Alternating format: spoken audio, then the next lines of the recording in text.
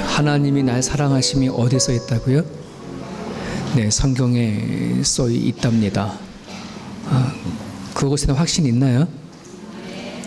그 문제를 오늘 다루려고 합니다. 오늘 말씀 시간에 다룰 부분들이 그 부분들입니다. 우리 옆사람과 뒷사람 제가 인사드리죠. 내 뒤에 누가 앉으셨는지, 내 옆에 누가 앉았는지 같이 인사 나누겠습니다. 주님의 이름으로 환영합니다.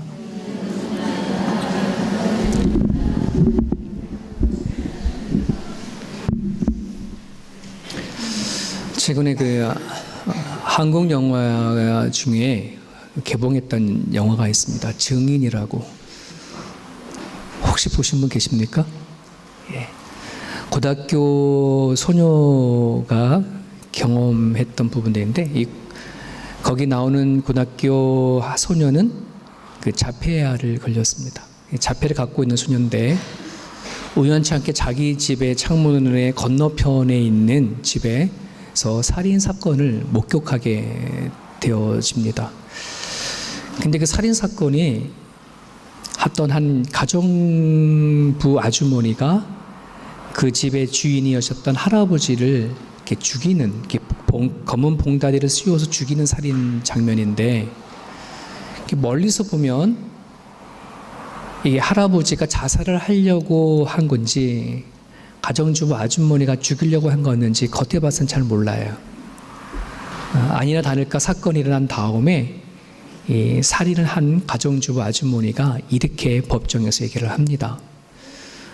할아버지가 나이도 드시고 살아가는 것이 비관하셔서 본인이 비닐봉지를 뒤집어 쓰고 자살을 하려고 하는 거를 내가 그것을 목격을 하고 가서 막 뜨뜻 말렸는데 내 힘이 붙이니까 결국 내가 구하지 못하고 포기가 되어져서 돌아가셨다.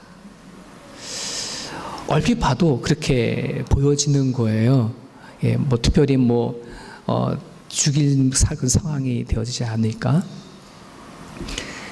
그러니까 남들이 다 보면 정말 그래. 그 분이 울면서 아주 자기 있는 정말 난 철저히 난 죽이려고 한 것도 아니고 너무나 잘 섬겨왔던 할아버지를 왜 내가 죽이려고 하느냐 울면서 하소연하는 그 가정주부 아주머니의 모든 사람들은 다 고개를 끄덕이고 그랬구나라고 이제 받아들입니다. 하지만 유일하게 그걸 목격한 자폐아 이 소녀는 그 범인을 가정주부 아주머니로 지목을 하죠. 그래서 법정에 증인을 쓰지만 사람들이 안 믿어주는 겁니다. 이 자폐아는 우리 일반인과 달라서 생각하는 게 좀 다르고 보고 듣고 말하는 게 다르다 보니까 자기 세계 속에 갇혀있는 아기가 어떻게 이거를 증인할 수가 있겠느냐. 첫 번째 증인을 섰다가는 모든 사람 앞에 조롱거리가 되어지고 넌 자폐아야 라고 하는 손가락질만 당하고 다 무효가 되어버렸어요.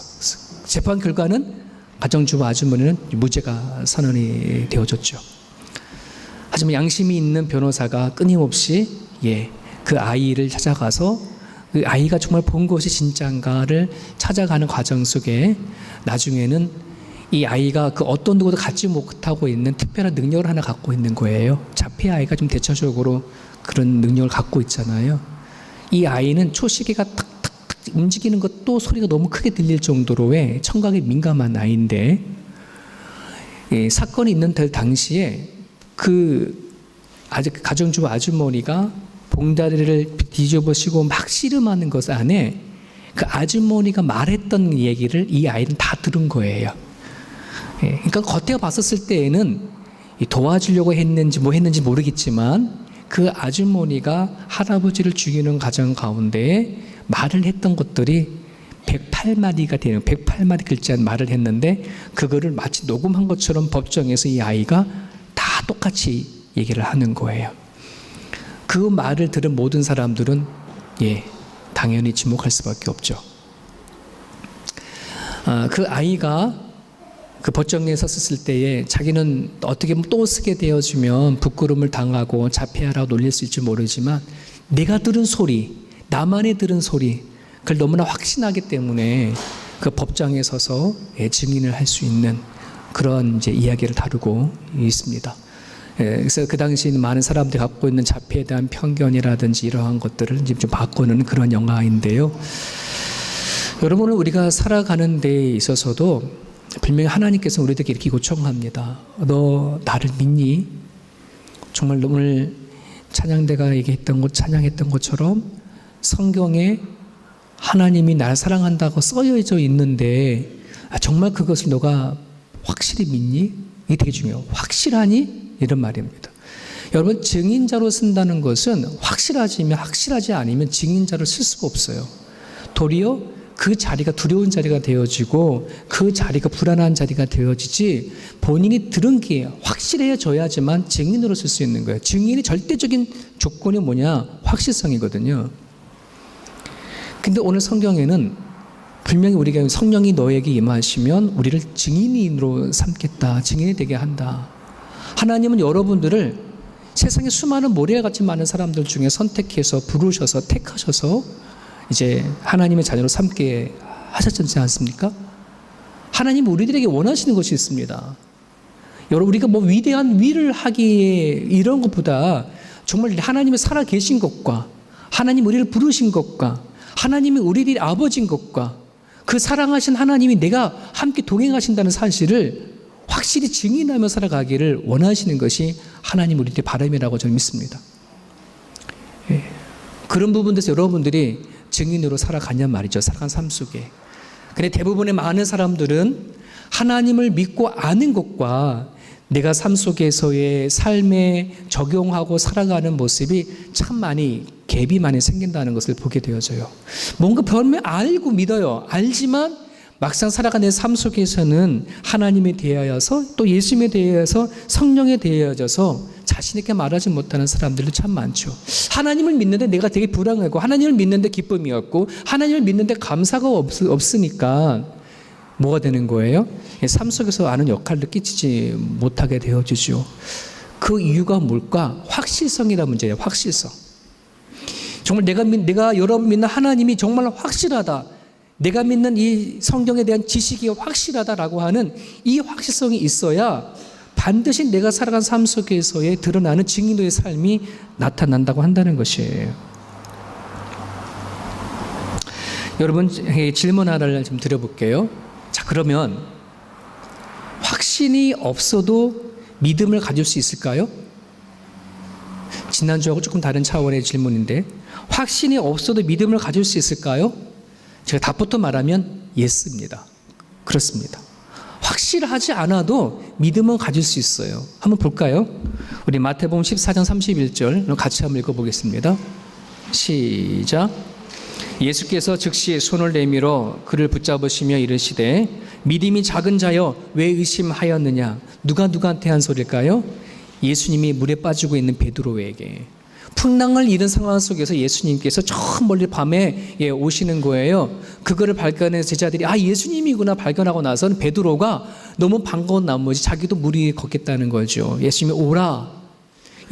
두려움 없이 배에서 내려서 바다에 첫 발을 딛고 걸어가는 과정 가운데 풍랑이 이니까 갑자기 두려운 마음으로 인해서 물에 빠져가는 그 베드로를 향해서 주님께서 말씀하신 거예요. 여러분, 베드로에게 믿음이 있을까요? 없을까요? 믿음이 있죠. 믿음이 있으니까 주님을 알아보는 거, 그걸 가는 거 아니겠습니까? 하지만 오늘 예수님께서 믿음이 적다. 왜? 그에게는 뭔가 확신이 가는, 그 확신이 흔들리는 거예요. 이거를 부족한 확신이다라고 그렇게 얘기를 합니다. 베드로후서 1장 10절 안에도 형제들아 더욱 힘써 너희의 부르심과 택하심을 굳게 하라 하는 메시지인데, 이 메시지는 이 확신이 부족한 사람들에게 확신을 가질 것을 권면하는 그런 메시지이거든요. 여러분, 우리가 다 하나님이 날 부르셨어, 날 택했어. 여러분, 이거 다 우리는 아는 사실이잖아요. 하지만 이 택하심과 부르심에 과연 얼마나 확실하느냐 하는 것에서는 각각의 사람에 따라 좀 다를 수가 있다는 것입니다. 여러분 어떻습니까? 하나님이 나를 부르셨다, 날 택하셨다. 이것만으로도 이제는 내 하나님 나라 갈 때까지의 삶은 뭐가 된 거예요? 보장이 된 거죠. 우리가 하나님이 내 아버지가 되어준다는 약속이니까 하나님이 이 땅에서 삶만이 아니라 죽음 너머까지의 영생까지도 하나님이 책임져 주시겠다고 날 부르시고 택하신 하나님이신데, 그죠? 근데 우리는 이 확신이 딱 딱 들지 않으니까 여러 가지 환경과 문제 앞에 늘 불안해하고 염려하고 걱정하고 이런 경우들이 많이 생기죠. 그 중심에 뭐냐? 부족한 확신이 있기 때문에 그렇습니다. 자, 그런데 확신 중에도 부족한 확신이 있지만 또 잘못된 확신도 있어요. 우리 6절입니다. 오늘 본문의 6절에 보면 그들이 모였을 때, 제자들이 모였을 때입니다. 언제 모였을까요? 예수님께서 부활하시고 나서 거의 40일이 지난 다음에 곧 승천하실 그때가 되어졌을 때에 제자들이 모였어요. 그 모인 자리에 예수님께 이렇게 여쭤봤습니다. 주께서 이스라엘 나라를 회복하심이 이때니까? 다른 말로 말하면 예수님, 우리 이스라엘 이 나라가 지금 로마의 식민지 하에 있는데 이 이스라엘이 독립할 때가 지금입니까? 라고 물어본 거예요. 여러분 3절 한번 볼까요? 그 앞에 1장 3절에 보면 그가 고난 받으신 후에 또한 그들에게 확신한 많은 증거를 친히 살아계심을 나타내사 40일 동안 뭐 하셨대요? 그들에게 보이시며 하나님의 나라의 일을 말씀하시니라.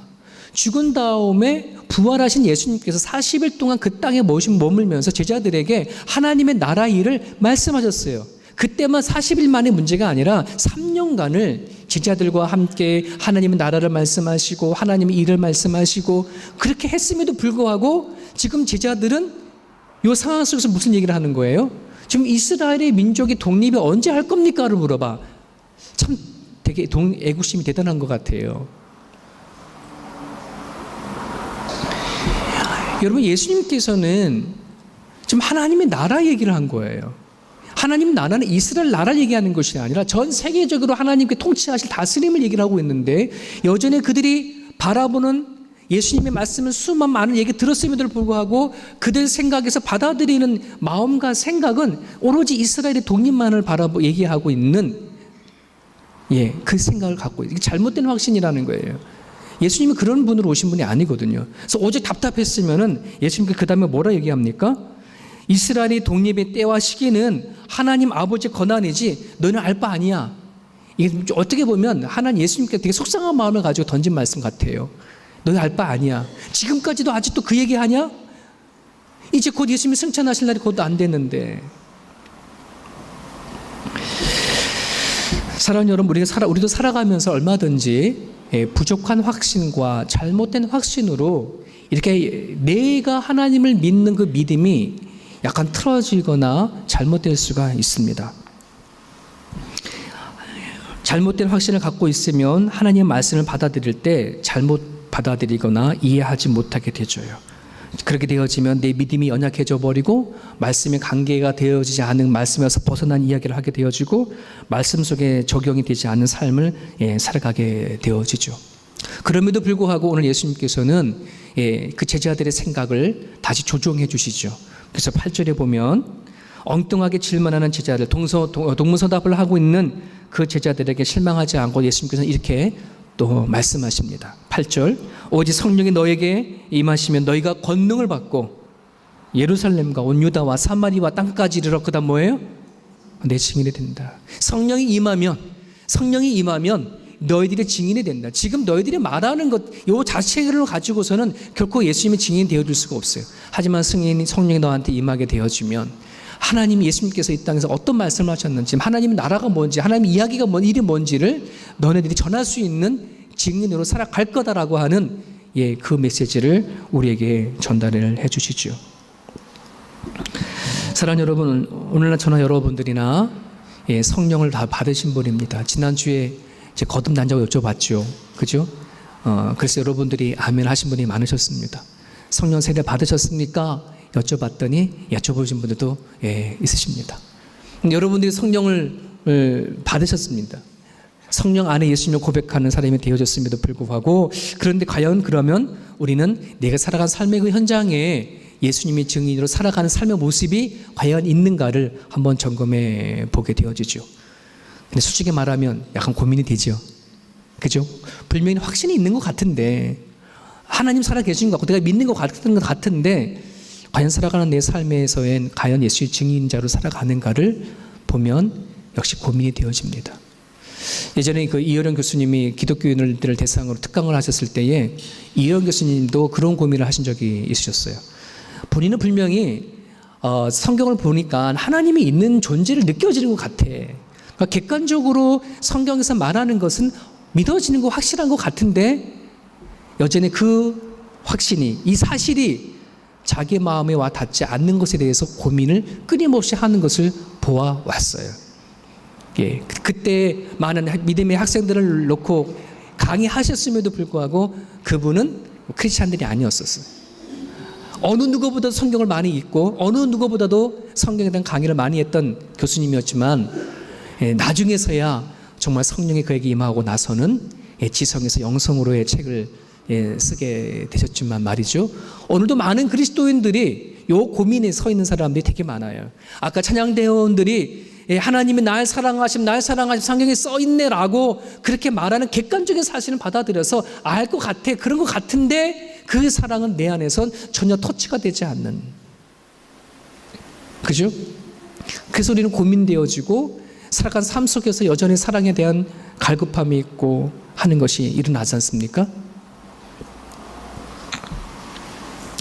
자, 그런 부분들 안에서 오늘 저는 여러분들이나 성령을 통해서 우리의 부족한 확신과 잘못된 확신이 참된 확신으로 바뀌어질 수 있기를 주님의 이름 축복합니다.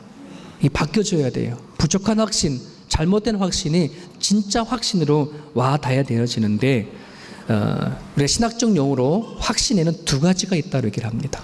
하나는 객관적인 확신, 이건 다시 말하면 외부적으로 들려지는 확신을 얘기를 하는 거예요.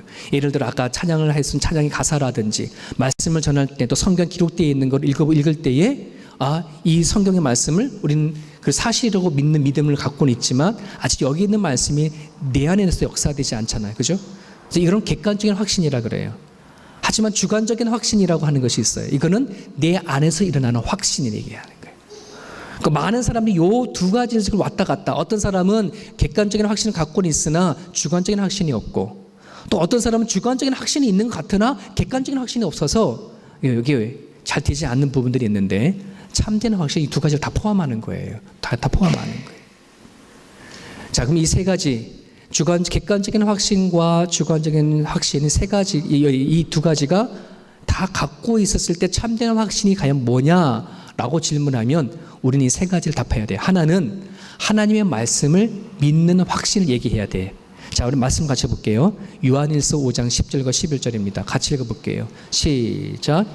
하나님의 아들을 믿는 자는 자기 안에 증거가 있고 하나님을 믿지 아니하는 자는 하나님을 거짓말하는 자로 만드나니 이는 하나님께서 그 아들에 대하여 증언하신 증거를 믿지 아니하였습니다.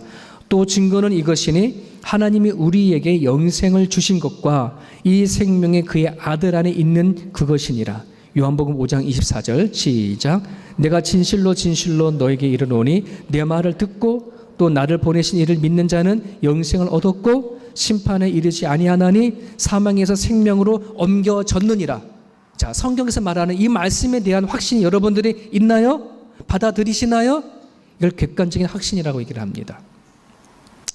정말 하나님이 내가 예수를 믿는 동시에 영생이 내게 주어주는 것, 그 생명이 예수님 안에 있는 것, 그로 인해서 내가 영생을 얻고 심판받지 아니하고 영원한 생명으로 옮겨졌는 이 사실을 말씀을 통해서 받아들이는 것, 이걸 객관적 확신이다 라고 이렇게 얘기를 합니다. 말씀에 근거해서 믿는 거죠. 내가 죽었지는 않았어요. 아직도 죽어보진 않았어요. 경험은 하지 않았어요. 하지만 성경에 기록되어져 있다고 하는 것을 내가 믿는, 받아들이는 걸, 이걸 객관적 확신이라고 얘기를 합니다. 자, 그렇게 그러면 이제 그렇게 말씀 성경 기록되어 있으니까 내가 아멘하고 받아들였어요. 그럼 제 안에는 뭐가 있을까요? 영생이 있는 거죠. 자, 그럼 내 안에 영생이 있는 것을 어떻게 확인할 수 있을까? 하나님 말씀을 내가 아멘했어. 그래, 내가 이제 예수님을 내가 믿어. 내 안에 생명이 있단 말이죠. 그러면 이것을 어떻게 확인하느냐 이 말이에요. 내 안에 영생이 있는 증거, 내 안에 있는 생명이 있는 증거는 내 안에서 예수님을 내 스스로 주인이라고 믿는 믿음을 갖는 거예요. 그 확신이 있는 거예요. 여쭤볼까요? 여러분들이 인생을 걸고 여러분의 삶을 걸고 심지어는 목숨을 걸고 예수님을 내 주인으로 믿고 살겠다. 그 마음 깊은 곳에서 이게 고백되어지나요? 이게 주관적인 확신이라고 얘기를 합니다. 그 믿음이 글쎄요. 성경에 기록되어 있는 건 알겠는데요. 내 인생을 아직 주님 앞에 걸만한 거는 아직 제가 주관적인 확신이 나지 않는 거예요. 여러분 어떻습니까? 여러분의 인생을 걸만하십니까? 여러분 안에 예수님이 내 주인이다. 하나님만이 내 인생의 절대적인 주인이시다. 이게 여러분 여기 안에서 일어나야 돼요. 여기 안에서. 또 하나 내 안에 영생이 있다고 하는 증거는, 또 하나 내 안에 생명이 있다고 하는 증거는 형제 사랑이라고 성경이 얘기를 하고 있어요. 근데 이 형제 사랑이라고 한다는 것은 그냥 내가 친교하고 교제하는 것을 얘기하는 것이 아니라 누군가가 부족한 것이 있고 누군가가 필요한 부분들이 있으면 채워주는 것, 실질적으로 채워주는 것, 이것을 형제 사랑이라고 얘기를 하고 있어요. 과연 내가 영생이 있고 생명이 과연 내 안에 있다면, 내 안에 네가 만나고 부딪히고 살아가는 가정 안에뿐만 아니라 친척이나 교회나 살아갈 때에 내가 형제에 대한 그 사랑이 내 여기서부터 출발이 되어지느냐 한다는 거예요. 우리는 너무나도 너무 잘 알잖아요. 하나님 사랑, 이웃 사랑, 형제 사랑, 이 성경에 안 기록되어 있는 거 너무 잘 알잖아요. 자, 근데 그것이 과연 내 여기서부터 시작이 되어지느냐, 주관적인 확신입니다. 그리고 하나가 더 얘기한다면 지난주에 말씀드렸던 성령 세례입니다. 이거는 개인만이 알 수 있는 것이죠. 어느 누구도 모르고 성령 세례, 성령께서 나한테 부어주셔서 이처럼 주관적이었던 하나님, 객관적이었던 하나님의 사실이 내 사실로 와 닿는 거예요. 그 죽은 지식이 아니라 살아있는 지식이 되어져 가는 것. 성경의 인물 다윗이 시편 8편에 아무리 여호와 하나님 나의 힘이 되십니다. 하나님 내가 주를 사랑합니다라고 고백하는 것이 있지만, 여러분 그건 다윗의 신앙의 문제지. 과연 내가 나의 힘이 되신 여호와여 내가 주를 사랑하나이다 라고 하는 그런 고백이 정말 내 안에서 이루어지는가. 사랑하는 여러분, 여쭤보겠습니다. 여러분들이 많은 분들이 성경에 대한 객관적인 사실을 믿고 아멘하는 분들이 많지만, 실질적으로 정말 오늘 성경에서 말하고 있던 수많은 성경의 인물들 고백했던 그 고백이 나의 고백으로 와 닿는가 하는 문제는 확신에 관한 문제예요. 확실한, 내가 얼마나 하나님이 나를 위해서 오신 걸 확신하는가에 대한 문제입니다. 근데 이 문제는, 이거는 내가 교회를 다니다 보면 저절로 생길까요? 교회를 계속 다니다 보면 저절로 언젠가는 만들어질까요? 이게 안 만들어지는 게 문제예요. 저절로 되어지지 않는다는 게 문제예요. 여기에는 반드시 우리가 해야 할 것이 있어요. 여러분, 하나님은 인격적인 하나님이고 우리도 인격적이에요. 인격적이다라는 말은 지정의를 얘기하잖아요. 의지를 갖고 나가야 돼요. 하나님, 이 확신성을 갖는 이 문제에는 내 의지를 가지고 하나님 앞에 나아가서 뭐 해야 되냐면 성령을 구하고 나갈 수 있어야 됩니다. 저절로 되어지는 문제가 아닙니다. 내 의를 꺾고 하나님의 의를 순종하려고 하는, 어떻게 해서 삶에 적응하려고 하는 이 의지를 가지고 발동해야 합니다. 이 의지가 발동되지 아니하게 되어지면 여러분 저절로 이 확실성에 대한 것이 생겨나지가 않아요. 여러분, 갓난아이가 태어나자마자 엄마 아빠 반갑다고, 아빠 안녕, 엄마 안녕 그렇게 말하나요? 그런 아이는 하나도 없어요. 참 말 못하잖아요. 그러다가 엉아리 막 하면서 그죠? 엄마가 수십 번씩 얘기해 주는 것을 모양새를 바라보고 따라하면서 엄마에게 그걸 하지 않습니까? 그렇게 하면서 말을 배워가죠. 아이가 태어나자마자 단숨에 걷는 아이는 없을 거예요. 수십 번씩 한 약 3,000번 넘어진다고 합니다. 아이가 태어나서 3,000번 정도의 그 넘어짐을 통하여서 첫 발을 딛는 것처럼, 그러한 노력과 훈련이 되어지지 아니하게 되면 내가 하나님 앞에 확실성을 갖는 것, 이건 저절로 만들어지지 않는 것입니다. 그런 부분들 안에서 성경은 성령을 구하라라고 하는 것이에요. 구하고 찾고 두드리라 하시는 것입니다. 여러분 갖고 있는 지정이, 여러분이 갖고 있는 나름대로의 머리로서는 하나님에 대한 알미 있지만, 또 나름대로의 감정을 느껴지는 것들이 있지만, 이제 여러분들이 의지를 가지고 하나님 앞에 나가야 하는 것은 여러분들의 몫입니다. 그래서 여러분들이 성령을 찾으십시오. 기도하고 찾으십시오. 하나님의 살아계심을 확신을 달라고 하나님 앞에 기도하셔야 합니다. 그래야 내가 살아가는 삶의 현장 가운데 내 의를 꺾을 수 있고 나 자신을 꺾을 수 있지. 그렇지 아니하면 절대 못 꺾어요. 십자가에 나를 못 꺾을 수가 없어요.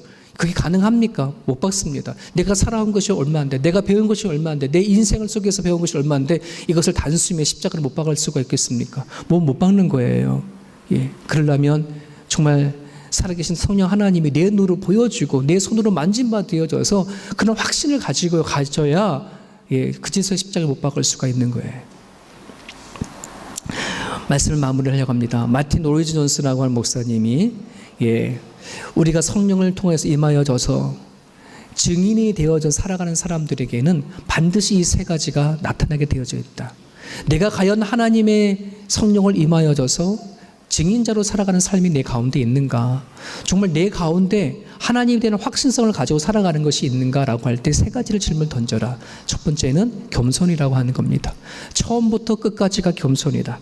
신이 어떤 존재인지 알기 때문에 모든 것이 하나님부터 주신 것인지를 알기 때문에 우리는 결코 하나님 앞에 교만할 수가 없고 사람들 앞에 교만할 수 없다라고 한다는 것입니다. 참된 확신과 진정한 증인으로서의 가져야 할 첫 번째가 겸손이라고 합니다. 언제나 참된 확신은 겸손을 낳고 언제나 하나님을 닮은 성품은 겸손을 낳는다고 한다는 것입니다. 그거를 확인해 보는. 또 하나는 자기 점검입니다. 자기 점검. 여러분 솔직히 우리가 나 자신을 점검한다는 건 쉽지가 않습니다. 저나 여러분들이나 내가 가지고 있는 상처나 아픔이나 연약한 것들이 많이 있잖아요. 심지어 사랑하는 부부가 내가 갖고 있는 그 약함과 부족함과 나의 이 단점을 자꾸 건드리고 파헤쳐버리면 대판 싸우게 마련인 것인데 나를 점검해가지고서는 한다 쉽지가 않아요. 나를 점검할 때마다 되게 불쾌하거든요. 예, 내 속을 흔들어 놓는 것들이 너무나 많기 때문에.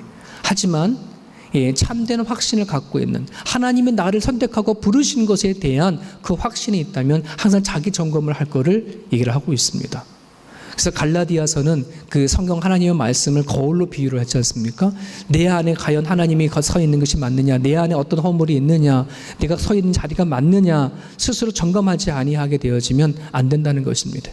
정말 하나님의 증인으로 살아가는 사람들에게는 내가 과연 서 있는 그 상황이 올바른 상태 유지가 되어 있는 자기 점검이 필요한다는 거예요. 고린도전서 9장 27절 우리 같이 한번 읽어보겠습니다. 시작.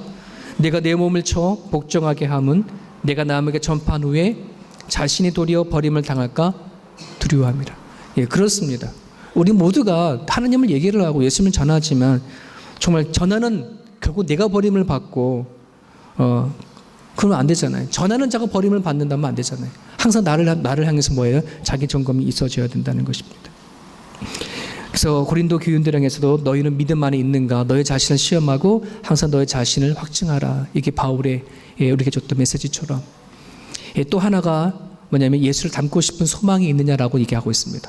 겸손과 자기 점검과 과연 내가 예수님을 닮고 싶은 소망이 있느냐라고 한다는 겁니다.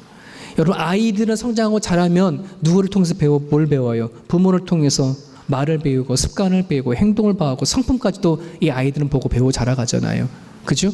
여러분 하나님은 우리를 고와 같았던 우리를 불러내어줘서 하나님이 양자로 삼았다는 말입니다. 그러면 우리는 고와 없이 살던 우리가 하나님을 아버지로 묻자고 살아간다면 그 아버지를 통해서 받는 영향을 받아서 닮아가는 거지 않습니까? 과연 내 안에 그런 소망이 있냐는 이 말입니다. 그분을 닮고 싶은 마음은 아주 아이를 따진다면 자연스러운 거다. 아이가 부모와 같이 살아가면서 자연스럽게 닮아가듯이 내가 하나님 안에 살아가는다고 한다면 그건 너무나 자연스러운 것이다.